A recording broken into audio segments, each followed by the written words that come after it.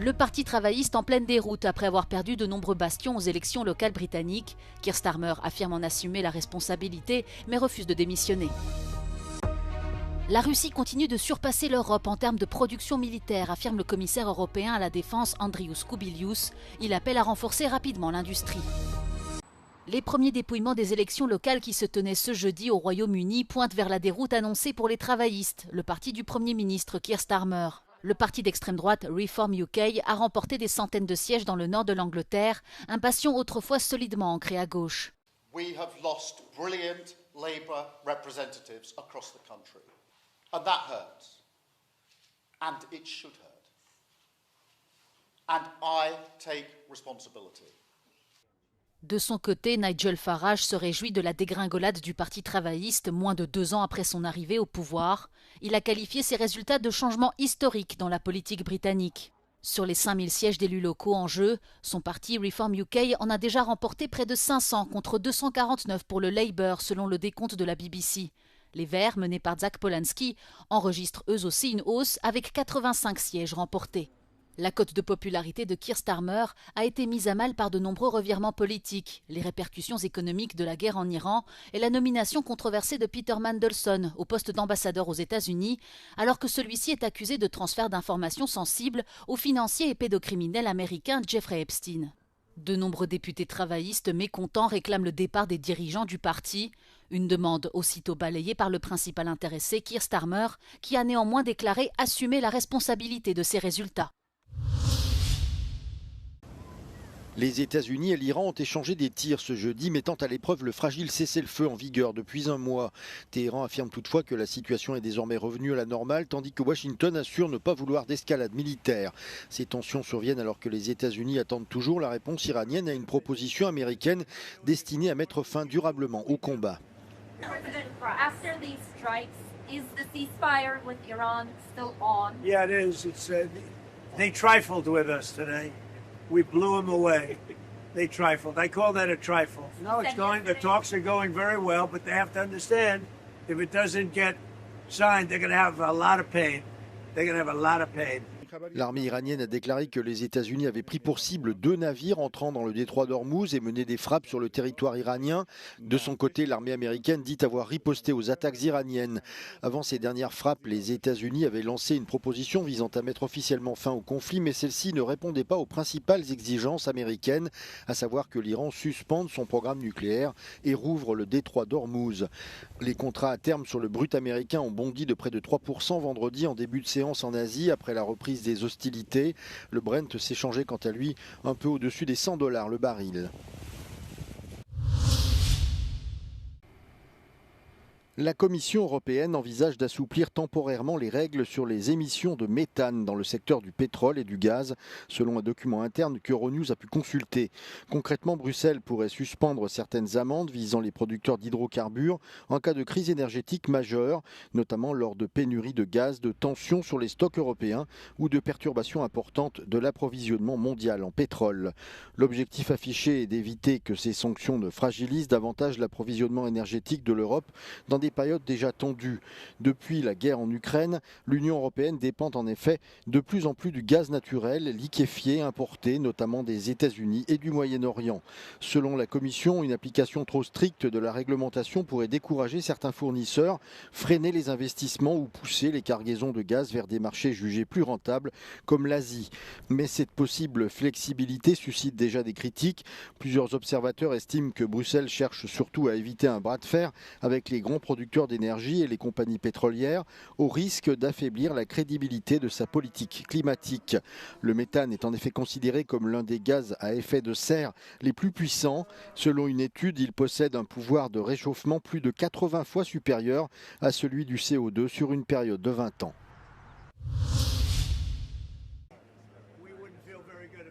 Face à ce qu'il considère comme une lenteur de Bruxelles, Donald Trump perd patience et menace l'UE.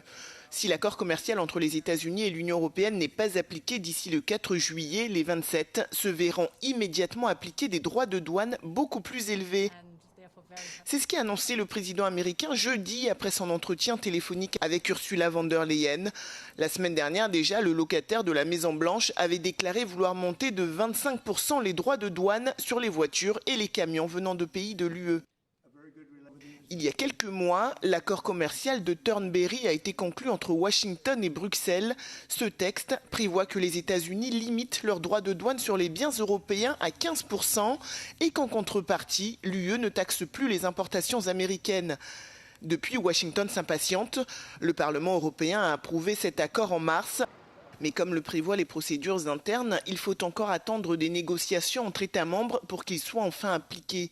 Une nouvelle séance de discussion avec les eurodéputés est prévue le 19 mai.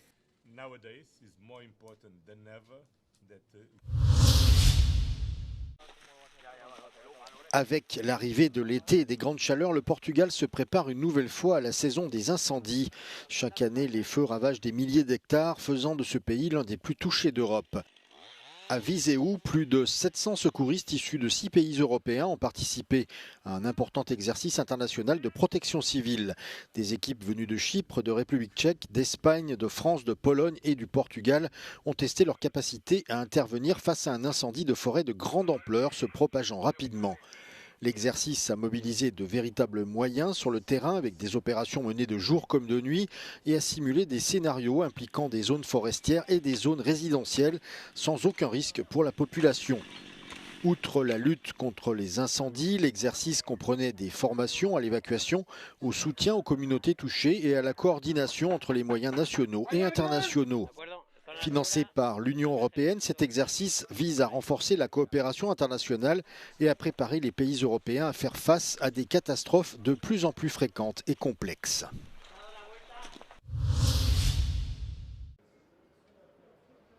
La Commission européenne est sur le point de finaliser des accords de prêt en matière de défense avec la Pologne et la Lituanie. Ces prêts s'inscrivent dans le cadre du plan SAFE de l'Union européenne visant à renforcer les capacités de défense du continent. Varsovie devrait recevoir la part la plus importante d'une valeur de 43 milliards d'euros. Vilnius recevra 6 milliards d'euros.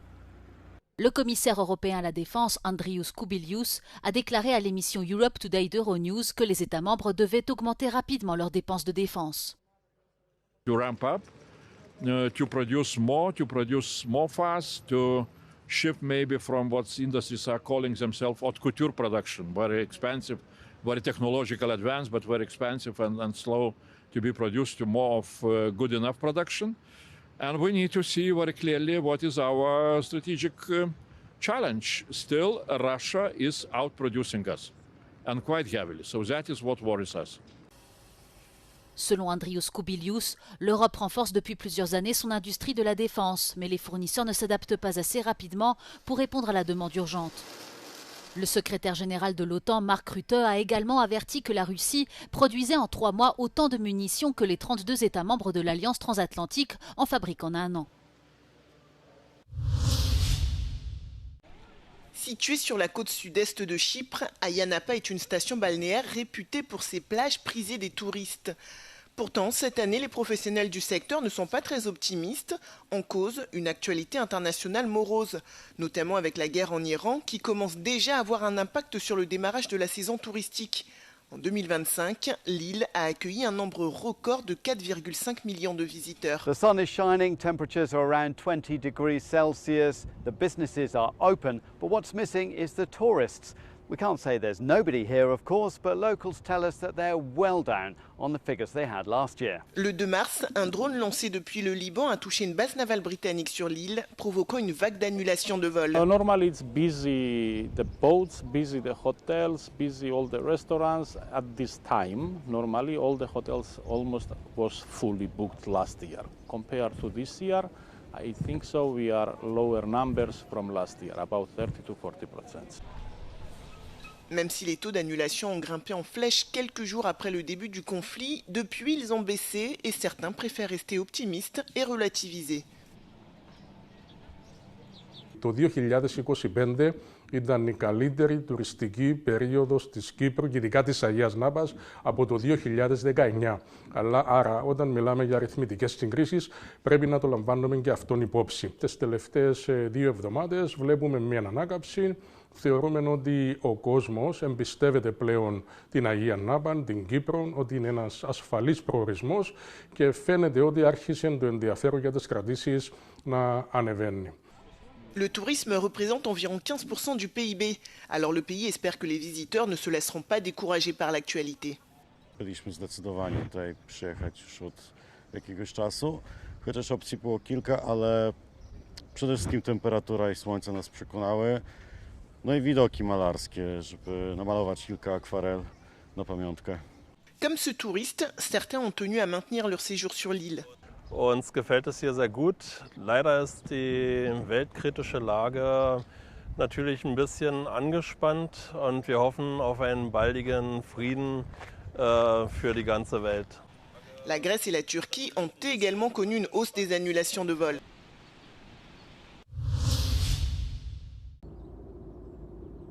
Le Portugal a atteint ce jeudi le jour dit du dépassement, le pays ayant déjà épuisé les ressources naturelles dont il dispose pour 2026.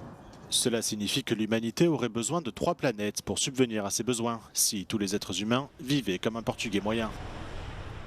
Selon les experts, ce déséquilibre environnemental est lié au modèle européen de production et de consommation, l'alimentation et les transports étant les principaux responsables. Ce résultat place le Portugal autour de la moyenne des États membres de l'UE, qui ont collectivement atteint leur jour du dépassement dimanche dernier. Le premier pays de l'Union à avoir épuisé ses ressources disponibles a été le Luxembourg le 17 février, tandis que le dernier devrait être la Hongrie le 24 juin. Quant à la France, elle a déjà atteint le jour du dépassement le 24 avril. À l'échelle mondiale, le pays qui a épuisé ses ressources le plus rapidement en 2026 est le Qatar, le 4 février. Et on estime que le dernier sera le Honduras le 27 novembre.